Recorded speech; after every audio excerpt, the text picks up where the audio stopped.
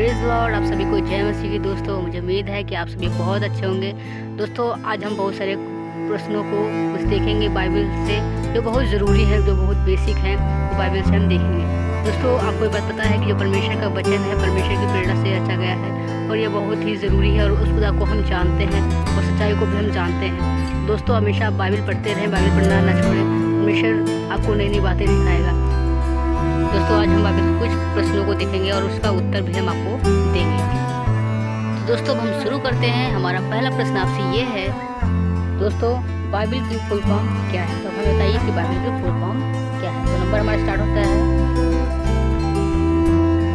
तो दोस्तों हमारा पहला आंसर ये है कि बाइबल का फुल फॉर्म है बेसिक इंफॉर्मेशन बिफोर लिविंग अर्थ। अब हमारा दूसरा प्रश्न आपसे ये है कि दुनिया की सबसे ज़्यादा पढ़ी जाने वाली किताब कौन सी है? तो दोस्तों इसका उत्तर है बाइबल। बाइबल एक ऐसी किताब जो दुनिया में सबसे ज़्यादा पढ़ी जाने वाली किताब है। तो दोस्तों आपसे हमारा तीसरा प्रश्न ये है, पूरी बाइबल में कितनी पुस्तकें हैं?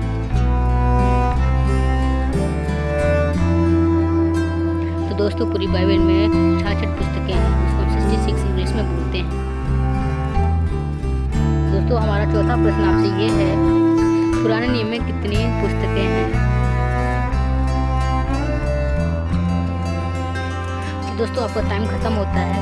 दोस्तों पुराने नियम में 39 पुस्तकें हैं, जिसको हम इंग्लिश में 39 बुक कहते हैं। दोस्तों आपसे हमारा पांचवा प्रश्न ये है, बाइबल में पुराने नियम में कितने अध्याय हैं? तो दोस्तों बाइबल में पुराने नियम में 929 अध्याय हैं, जिसे हम इंग्लिश में 929 चैप्टर्स बोलते हैं। तो दोस्तों आपसे छठवां प्रश्न हमारा ये है कि नए नियम में कितने अध्याय हैं?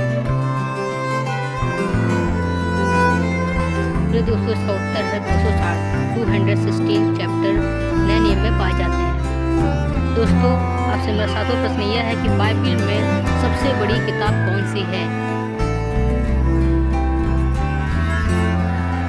तो इसका उत्तर है वचन संहिता। वचन संहिता पुराने नियम में पाई जाती है।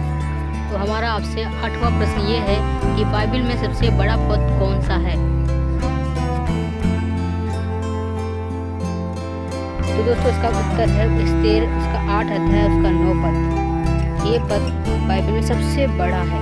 तो दोस्तों आपसे 9वां प्रश्न हमारा यह है कि बाइबल में सबसे छोटा अध्याय कौन सा है? तो इसका उत्तर यह है वचन संहिता 117 अध्याय, उसका 1 और 2 पद।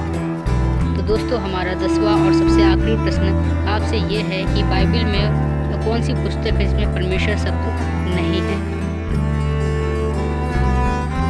तो दोस्तों उसका उत्तर है एस्तेर। एस्तेर एक ऐसी पुस्तक है जिसमें परमेश्वर का नाम नहीं आया है। तो दोस्तों आप मुझे ज़रूर बताएं कि आप में से कितने लोगों का आंसर सही था, पहले से ही आप जानते थे इन आंसरों को। यदि आपको हमारा चैनल पसंद आता है तो आप हमारे चैनल को like, comment and share, subscribe जरूर करें, अपने दोस्तों के साथ साझा करें। तो आप सभी को जय मसीह की। Praise Lord. फिर मिलते हैं नेक्स्ट वीडियो में।